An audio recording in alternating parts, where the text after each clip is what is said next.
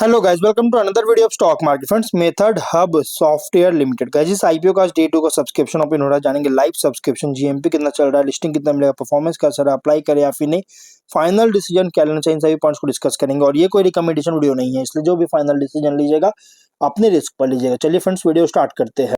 IPO जो है 5 दिसंबर कल के दिन ओपन हुआ था, 9 दिसंबर सॉरी फ्राइडे को ओपन हुआ था और 9 दिसंबर कल के दिन क्लोज किया जा रहा है। डे 2 सब्सक्रिप्शन आज ओपन हो रहा है। 10 रुपीज का फेस वैल्यू, 190 टू 194 रुपीज पर शेयर की प्राइस बन, 600 शेयर्स की lot size, fresh capital offer for sale, दोनों का combination book build IPO BSE SME पे लिस्टिंग होने जा रहा है। इशू साइज है 103 करोड़ का, 53.1 लाख शेयर्स का इशू किया गया है। Rikhab securities Giriraj stock broking market maker है और फ्रेश इशू 82.2 करोड़ का, ऑफर फॉर सेल 15.5 करोड़ का किया जाएगा।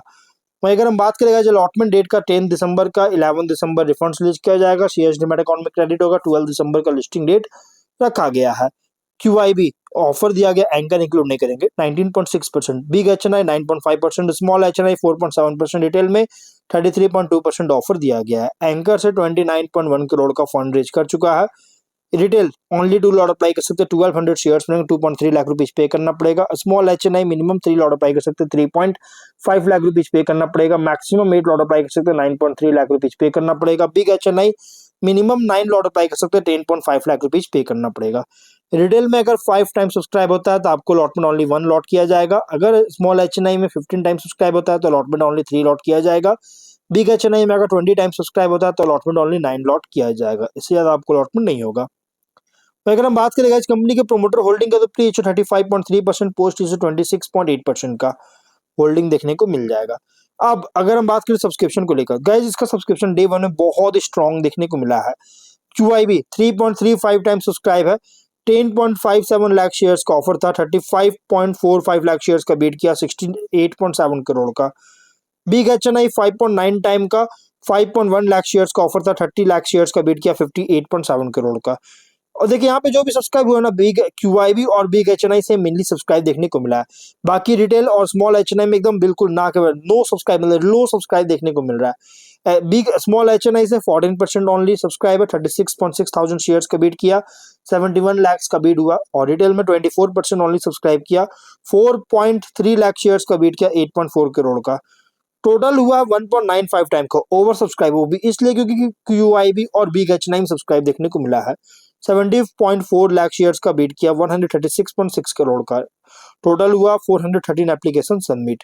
अब अगर हम बात करें जीएमपी को लेकर, जीएमपी कंपनी का 35 रुपीज का ट्रेड कर रहा है, 18% का लिस्टिंग एक्सपेक्ट कर सकते हैं, 229 रुपीज का एस्टिमेटेड लिस्टिंग प्राइस, 21,000 रुपीज का एस्टिमेटेड प्रॉफिट आपको सिंगल लॉट पर मिल सकता है। बिजनेस पर मैं ज्यादा कुछ बात नहीं करूंगा। देखिए कंपनी जो है ना, ग्लोबली अगर बात करें तो ये आईटी सर्विसेज जो है ग्लोबल मार्केट में प्रोवाइड कर रहा है, जो कि 6 वर्टिकल्स के लिए लॉन्ग टर्म रिलेशनशिप है रिनोन्ड क्लाइंट्स के साथ पूरे वर्ल्ड में, जो कि अगर देखा जाए तो जो कि, और ये जो सेक्टर है BFSI, oil and gas, energy, health care and life science, telecom या tech infrastructure, automotive, transport, IT, consulting services sector में कंपनी ऑफर करता है। और सर्विसेज जो ऑफर कर रहा है इसमें आईटी कंसल्टिंग सर्विसेज ऑफर करती है, वाइड रेंज का ऑफर कर रहा है। तो ओवरऑल अगर हम बात करें कंपनी के कॉम्पिटिटर का, Esconet technologies, Infobeans technologies, silver touch technology इसके कॉम्पिटिटर है। अब हम लोग बात करते हैं कंपनी के फाइनेंशियल को सर्विसेज जो ऑफर कर रहा है इसमें guys, data and AI services, IT infrastructure, cloud services और recruitment delivery services, cyber security services provide करता है। अब हम लोग बात करते हैं इसके फाइनेंशियल को लेकर। देखिए 25 में 136 करोड़ का रेवेन्यू, 11.5 करोड़ का प्रॉफिट। फर्स्ट हाफ में 80.2 करोड़ का रेवेन्यू, 10.3 करोड़ का प्रॉफिट है। रेवेन्यू 136% इंक्रीज किया, प्रॉफिट 113% इंक्रीज किया। कंपनी का फाइनेंशियल भी, कंपनी का अगर देखा जाए तो बहुत ही शानदार स्ट्रॉन्ग परफॉर्मेंस देखने को मिल रही है। Ratios, ROE 42.5%, ROC 25.7%, debt to equity 0.7 time का, RONW 27%, PAT EBITDA margin 8.4 12.6%, PV और पी रेशियो 5.3 और 24.2 पर टाइम का देखने को मिल रहा है। और अगर हम बात करें इस कंपनी का, यहाँ पे लगभग अगर देखा जाए ना, तो ओवरऑल कंपनी फंडामेंटली तो स्ट्रॉन्ग देखने को मिल रही है। स्वॉट में अगर देखें तो स्ट्रेंथ, तो full sweet of IT services offer करता है, जो कि मल्टीपल सेक्टर्स में क्लाइंट्स को केटर कर रही है। कंपनी का स्ट्रॉन्ग रिसेंट फाइनेंशियल परफॉर्मेंस देखने को मिल रहा है, में जो कि इंडिया ही नहीं बल्कि सब्सिडियरीज के द्वारा यूएसए और कनाडा में भी ऑपरेट करता है, जो कि कुछ geographic diversification, global delivery capability को दे रहा है। और एसएमई आईपीओ होने के कारण ग्रोथ पोटेंशियल ऑफर कर सकती है, जो कि कंपनी का कैपिटल इन्फ्यूजन जो कर रहा है आईपीओ से, इससे वर्किंग कैपिटल, डेट रिपेमेंट और ग्लोबल ऑपरेशंस को एक्सपैंड करेगा सब्सिडियरी के द्वारा, जिसके लिए फंडिंग चाहती है, इसमें यूटिलाइज करेगा, ऑब्जेक्टिव है इसका। वीकनेस अगर देखा जाए तो स्मॉल स्केल जो है ना, कंपनी जो है स्मॉल है अगर कंपेयर करें लार्ज आईटी सर्विस फर्म से, स्मॉलर प्लेयर होने के कारण इसका जो बिगर कॉम्पिटिटर से जो है लार्जर रिसोर्सेज जिनके पास है, इससे स्ट्रगल बहुत ज्यादा करना पड़ सकता है। बिजनेस भी हेविली टैलेंट और एग्जीक्यूशन डिपेंडेंट है।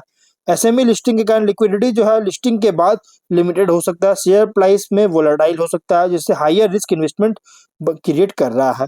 ग्लोबल क्लाइंट्स और क्रॉस बॉर्डर करे बिजनेस पर डिपेंडेंस बहुत ज्यादा है। अपॉर्चुनिटीज में अगर देखिएगा तो डिमांड जो है जो प्रोडक्ट कंपनी प्रोवाइड करता है, इसका डिमांड जो है बहुत तेजी से इंक्रीज कर रहा है, जो कि आईटी सर्विसेज प्रोवाइडर्स जैसी मदर है मेथड हब जैसी कंपनीज के लिए जो ग्रोथ है, बहुत बड़ा ग्रोथ प्रोवाइड कर रही है।